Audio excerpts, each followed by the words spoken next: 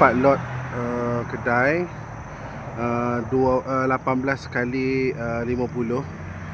Ada 4 unit, 1, 2, 3, 4 di tepi jalan Kuchil Bayam ya.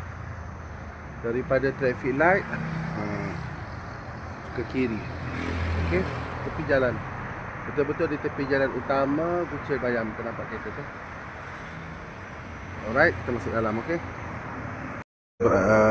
Okey, belah dalam dia lah. Belah dalam dia berukuran dalam tak sampai 20 18 tu. 18 kali 50. Okey, akan disiapkan. Okey, baru siap. Jadi ada sinki satu dan ada toilet lah. Biasa toilet. Alright, toilet cantik dan sinki cantik. Dan di bahagian belakang kita lihat ada sebelah dan sebelah lain lah ada pengairan. Okey, so basically macam ni lah.